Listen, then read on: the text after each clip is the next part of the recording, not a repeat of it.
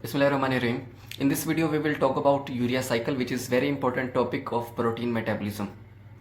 पहले हम ट्रांसअमाइनेशन डिस्कस कर चुके हैं, उसके बाद हमने ऑक्सीडेटिव डीअमीनेशन डिस्कस किया। ऑक्सीडेटिव डीअमीनेशन के नतीजे में हमारे ग्लूटामेट से अमाइनो ग्रुप अमोनिया के फॉर्म में रिमूव हुआ और ग्लूटामेट अल्फा कीटोग्लूट्रेट में कन्वर्ट हो गया। So now amino group is present in the form of ammonia. अब हमें पता है कि अमोनिया बहुत टॉक्सिक है and it has degenerative effect on our central nervous system. तो हमने अमोनिया को यूरिया के फॉर्म में कन्वर्ट करना है ताकि ये हमारी बॉडी को नुकसान ना पहुंचाए। So conversion of ammonia into urea is carried out by urea cycle. यहाँ हम यूरिया का केमिकल फार्मूला देख सकते हैं। तो इसके केमिकल फार्मूले में दो इंपॉर्टेंट चीज़ें हैं। Number 1 is carbon and oxygen and number 2 is amino group. तो हम इनके सोर्सेज देख लेते हैं। तो कार्बन और ऑक्सीजन कार्बन डाइऑक्साइड से आएंगे and carbon dioxide comes from bicarbonate ion. और यूरिया के जो अमाइनो ग्रुप हैं इनमें एक अमाइनो ग्रुप अमोनिया से आएगा डायरेक्टली, जबकि दूसरा अमाइनो ग्रुप एस्पार्टेट से मिलेगा। So aspartate and ammonia will be source of amino group of urea, जबकि कार्बन और ऑक्सीजन हम बाइकार्बोनेट से हासिल करेंगे। यहाँ हम यूरिया का केमिकल फार्मूला देख सकते हैं। इसमें 3 इंपॉर्टेंट चीज़ें हैं। नंबर 1 इज़ कार्बोमोइल ग्रुप, कार्बन और ऑक्सीजन और 2 अमाइनो ग्रुप। अब हम इनके सोर्सेज देख लेते हैं। तो जो हमारा कार्बोमोइल ग्रुप है it comes from carbon dioxide and carbon dioxide will come from bicarbonate ion. तो बाइकार्बोनेट आयन हमारे कार्बोमोइल ग्रुप का सोर्स होगा। Number 2 is ammonia group. हमारे यहाँ 2 अमाइनो ग्रुप मौजूद हैं। एक अमाइनो ग्रुप हमारा अमोनिया से आएगा, जबकि दूसरा अमाइनो ग्रुप एस्पार्टेट से आएगा। So these will be sources of amino group and bicarbonate will be source of carbamoyl group. इसके बाद हम यूरिया साइकिल डिस्कस करेंगे डिटेल में। यूरिया साइकिल में जो प्रोसेसेस होते हैं वो 2 क्लासेस में डिस्कस करेंगे। कुछ यूरिया साइकिल के रिएक्शंस माइटोकॉन्ड्रियल मैट्रिक्स में होंगे और उसका ज़्यादातर हिस्सा साइटोसोल में होगा। तो यूरिया साइकिल माइटोकॉन्ड्रियल मैट्रिक्स से शुरू होगी और साइटोसोल में कंप्लीट होगी। तो पहले हम माइटोकॉन्ड्रियल मैट्रिक्स में होने वाले प्रोसेसेस डिस्कस करेंगे। सबसे पहले क्या होगा, this is our first step, जिसमें बाइकार्बोनेट आयन एक अमोनिया के साथ मिलेगा और कार्बोमोइल फास्फेट बन जाएगा। इस रिएक्शन को कार्बोमोइल फास्फेट सिंथेटेज 1 कैरी करेगा। This is called CPS1। इस रिएक्शन में 2 ATP इन्वॉल्व होंगी जो कि ब्रेक डाउन हो जाएंगी इनटू 2 ATP एंड 1 फास्फेट। यहाँ एक फास्फेट कम है जो कि कार्बोमोइल फास्फेट में इनकॉर्पोरेट हो चुकी है। ये हमारा पहला स्टेप है जिसमें बाइकार्बोनेट आयन और अमोनिया आपस में मिलेंगे। Ammonia is our first source of amino group, bicarbonate ion is source of carbamoyl group. ये दोनों मिलेंगे और कार्बोमोइल फास्फेट बन जाएगा। इस रिएक्शन में कार्बोमोइल फास्फेट सिंथेटेज 1 पार्टिसिपेट करेगा और 2 ATP यूटिलाइज होंगे जो कि ATP और फास्फेट में कन्वर्ट हो जाएंगे और एक फास्फेट कार्बोमोइल फास्फेट में इनकॉर्पोरेट हो जाएगा। अब हमारा जो कार्बोमोइल फास्फेट है ये ऑर्निथीन के पास जाएगा। ऑर्निथीन के पास जाके ये ऑर्निथीन से मिल जाएगा, जिसके नतीजे में ये ऑर्निथीन सिट्रोलिन में कन्वर्ट हो जाएगी।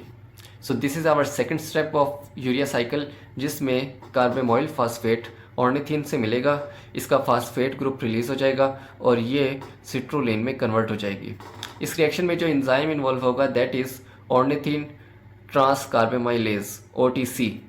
हम एंजाइम को ऐसे याद रखेंगे OTC एंड CPS1। अब जब हमारे पास ऑर्निथीन से सिट्रोलिन बन गई है तो ये सिट्रोलिन माइटोकॉन्ड्रियल मैट्रिक्स से अब साइटोसोल में एंटर होगी। जब सिट्रोलिन माइटोकॉन्ड्रियल मैट्रिक्स से साइटोसोल में एंटर हो गई तो इस पर अर्जिनोसक्सिनेट सिंथेटेज एक्ट करेगा। एक एस्पार्टेट सिट्रोलिन के साथ ऐड हो जाएगी और ये सिट्रोलिन अर्जिनोसक्सिनेट में कन्वर्ट हो जाएगा। जो हमारा एस्पार्टेट है it will be our second source of amino group. So first source of amino group is ammonia, second source is aspartate. तो एस्पार्टेट सिट्रोलिन के साथ कंबाइन करेगा और अर्जिनोसक्सिनेट बन जाएगा।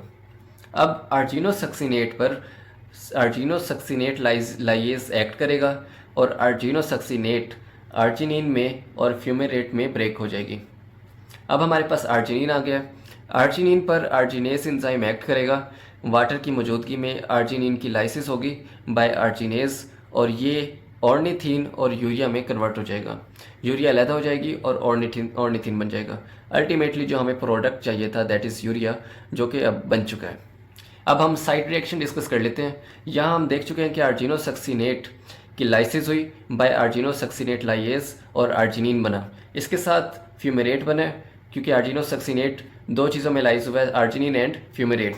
अब फ्यूमेरेट पर फ्यूमेरेज ऐड करेगा जो कि मेलेट में कन्वर्ट हो जाएगा, मेलेट पर मेलेट डिहाइड्रोजिनेज एक्ट करेगा और ये ऑक्सैलो एसीटेट में कन्वर्ट हो जाएगा। अब ऑक्सैलो एसीटेट की ट्रांसअमाइनेशन होगी जिसके थ्रू ये एस्पार्टेट में कन्वर्ट होगा और एस्पार्टेट दोबारा यूरिया साइकिल में इन्वॉल्व हो जाएगा। सो this is all about urea cycle. इसके बाद हम इसकी यूरिया की फेट डिस्कस करेंगे और इसकी स्टाइकोमेट्री डिस्कस करेंगे। अब हम यूरिया साइकिल में इन्वॉल्व होने वाले रिएक्टेंट और प्रोडक्ट डिस्कस कर लेते हैं। तो यूरिया साइकिल में हमारे पास बाइकार्बोनेटाइन और अमोनिया सबसे पहले कंबाइन करते हैं और कार्बोमोइल फास्फेट बनता है। तो ये दो हमारे इंपॉर्टेंट रिएक्टेंट है सबसे पहले। इसके अलावा यहाँ दो एटीपी भी यूटिलाइज हो रहे हैं जो कि दो एटीपी और फास्फेट में डिग्रेड हो जाएंगे। इसके बाद जो प्रोडक्ट्स बनते हैं वो आगे यूरिया साइकिल में इन्वॉल्व हो जाते हैं। यहाँ हम देखें तो एस्पार्टेट सिट्रोलिन के साथ कंबाइन करके आर्जिनोसक्सिनेट बनाता है। तो ये बाहर से यूरिया साइकिल में इनकॉर्पोरेट होता है, इन्वॉल्व होता है and this is also a reactant of urea cycle. इसी रिएक्शन में हम एटीपी को देखते हैं जो कि इन्वॉल्व होती है और डिग्रेड हो जाती है into ATP and phosphate. So ATP is also a reactant. तो ओवरऑल यूरिया साइकिल में 3 एटीपी यूटिलाइज होती हैं, 2 एटीपी यहाँ यूटिलाइज होंगी और 1 एटीपी यहाँ यूटिलाइज होगी। आगे चलते हैं। तो आगे आर्जिनोसक्सिनेट पर आर्जिनोसक्सिनेट लाइएज एक्ट करता है और आर्जिनिन बन जाती है और फ्यूमेरेज बन जाता है। आर्जिनिन आगे यूरिया साइकिल में इन्वॉल्व हो जाती है जबकि हमारा फ्यूमेरेट बाहर रिलीज हो जाता है और ये हमारा यूरिया साइकिल का प्रोडक्ट है। इसी तरह आर्जिनिन पर आर्जिनेज एक्ट करेगा और ऑर्निथीन बन जाएगी और यूरिया रिलीज हो जाएगा and urea will be a product of urea cycle. So urea, fumarate, ATP and phosphate are its products while bicarbonatine, ammonia and 3 ATPs are its reactant plus aspartate is also its reactant। इसी को अब हम इधर sum up कर लेते हैं। तो ultimately urea cycle में एस्पार्टेट, अमोनिया और बाइकार्बोनेट कंबाइन करते हैं, इधर 3 ATP भी यूटिलाइज होती है और लास्ट रिएक्शन में वाटर भी पार्टिसिपेट करेगा। So these are our reactants of urea cycle. Products की बात करें तो हमारे पास एंड में यूरिया बन जाती है, फ्यूमेरेट बनता है विच कम्स फ्रॉम एस्पार्टेट और एटीपी 3 एटीपीज इन्वॉल्व थी जिनमें से 2 एटीपीज की लाइसिस होगी एटीपी में और 2 फास्फेट में, जबकि जो एक एटीपी है इसकी लाइसिस होगी into AMP and diphosphate. So this is all about stoichiometry of urea cycle. अब हम फेट ऑफ यूरिया डिस्कस कर लेते हैं। So where this urea go, urea बनने के बाद ये या तो किडनी में चली जाएगी और किडनी में ये यूरिन के थ्रू बॉडी से रिमूव हो जाएगी। इसके अलावा यूरिया हमारे इंटेस्टाइन में चली जाएगी। इंटेस्टाइन में हमारे बैक्टीरियल यूरिएज यूरिया पे एक्ट करेंगे और इसको अमोनिया में कन्वर्ट कर देंगे। ये अमोनिया दोबारा लिवर में एब्जॉर्ब हो जाएगी और लिवर में यूरिया साइकिल के थ्रू अमोनिया दोबारा यूरिया में कन्वर्ट हो जाएगी। So these are possible fate of urea. Next we will talk about regulation of urea cycle. Urea cycle की रेगुलेशन 2 तरह से होगी। Number 1 is short term, number 2 is long term. Short term regulation substrate availability पे depend करेगी। अगर हम protein की injection ज़्यादा करेंगे तो ज़्यादा ऑक्सीडेटिव डीएमिनेशन होगी जिसके नतीजे में अमोनिया बनेगी और अमोनिया अगर ज़्यादा होगी तो ज़्यादा यूरिया साइकिल परफॉर्म होगी और ज़्यादा यूरिया बनेगी। लॉन्ग टर्म रेगुलेशन की बात करें तो it depends on enzyme induction. ये आपके सामने रिएक्शन है जो कि इसका रेगुलेटरी रिएक्शन है। This is its rate limiting reaction.